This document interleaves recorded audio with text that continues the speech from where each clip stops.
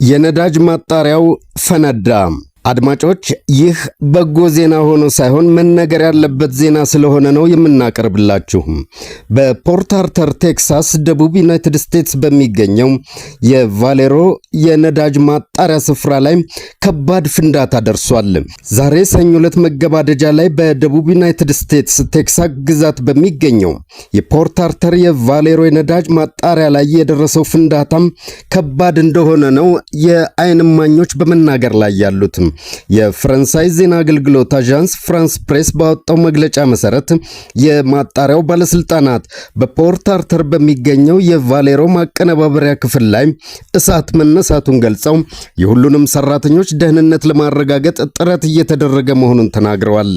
በፖርት አርተር የሚገኙ የአደጋ ጊዜ አስተዳደር ባለስልጣናት በማጣሪያው አቅራቢያ የሚገኙ ነዋሪዎች ጥንቃቄዎችን እንዲያደርጉ አሳስበዋል። የአካባቢው መገናኛ ብዙሃን ደግሞ ከፋሲሊቲው አካባቢ የእሳት ነበልባልና ጭስ በከባድ ሁኔታ ወደ ላይ ሲትጎለጎል መታየቱን ዘግበዋል።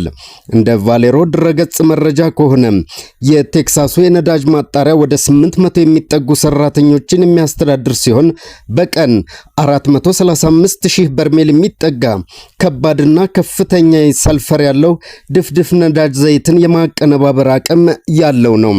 የፍንዳታው መንስኤ እስካሁን አልታወቀም።